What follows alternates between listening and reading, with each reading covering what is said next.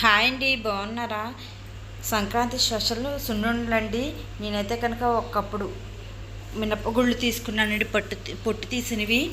అవి వేగించుకోవాలండి. సిమ్లో పెట్టుకొని స్టవ్ ఇలాగ వేగించుకుంటూ ఉండాలి. దాంట్లో ఒక గుప్పుడికి బియ్యం తీసుకుంటున్నానండి. కరెక్ట్గా ఒక పావు కిలో ఉంటాయండి మినపగుళ్ళు. వాటిలోకి గుప్పుడు బియ్యం తీసుకున్నానండి. అవి వేగించుకోవాలి చక్కగా. వేగించుకొని ఇప్పుడు ఇంకొక గుప్పుడు పుట్నాల పప్పు వేసుకోవాలండి. పుట్నాల పప్పు కూడా వేసుకొని వేగించుకోవాలండి.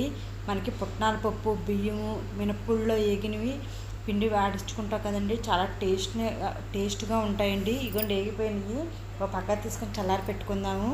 ఇప్పుడు మనం కప్పుడు తీసుకున్నాం కదండి మినపగుళ్ళు, అదే కప్పుతో కప్పుడు బెల్లం తీసుకోవాలండి. కొలత వారీగా చెప్పాలంటే కనుకండి పావు కిలో మినపగుళ్ళు ఉంటాయండి. అవి అంటే పావు కిలో బెల్లం తీసుకోవాలండి తురిమింది. అదే పంచదార వేసుకోవాలనుకుంటే ఇది సహం అది సహం వేసుకోవాలండి. అంటే ఇప్పుడు మీకు ఎక్కువ చేసుకుంటే లెక్క అయితే కనుక మినపగుళ్ళు కేజీ అనుకోండి, ఒక అరకిలో పంచదార, ఒక అరకిలో బెల్లము, ఒక చిన్న గ్లాసు బియ్యము, ఒక చిన్న గ్లాసు పుట్నాల పప్పు వేసుకోవాలండి. అదండి కొలత. అచ్చంగా బెల్లమే వేసుకోవాలంటే కేజీ బెల్లం వేసుకోవాలండి. ఇవ్వండి నాకైతే మినపగుళ్ళు చల్లారిని మిక్సీ పట్టుకొని మెత్తగా అయిన తర్వాత పక్కా తీసుకున్నాను. ప్లేట్లోకి తీసుకొని కప్పుడు చెప్పాను కదండి బెల్లం, నేను అచ్చంగా బెల్లమే వేసి చేస్తున్నానండి, పంచదార వేసుకోవట్లేదు. నీకు అప్పుడు బెల్లం తీసుకున్నాండి. ఇది ఫస్ట్ సహం కలుపుకోవాలండి బెల్లము, తర్వాత మిగతా సహం కూడా కలుపుకుందామండి. ఇలాగ అసలు చక్కగా బాగా కలిసేటట్టు కలుపుకోవాలండి. కొద్దిగా ఆలస్యం ఇది కానీ కలుపుకోండి అలాగే. దాంట్లో కొద్దిగా యాలకుల పొడి కూడా వేసుకుందామండి. వేసుకొని కలుపుకుందామండి. కానీ చాలా బలమైన ఫుడ్ అండి ఇది మట్టుగా.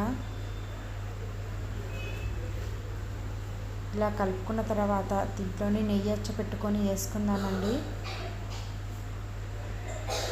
నేనైతే 150 గ్రాములు వేసుకుంటున్నానండి. పెట్టుకొని దాంట్లో సరిపడా మాత్రం వేసుకుందామండి.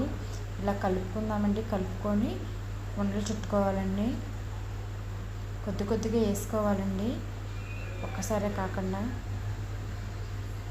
ఇలాగ చుట్టుకొని ఒక్కొక్కటి పక్కన పెట్టుకుందామండి.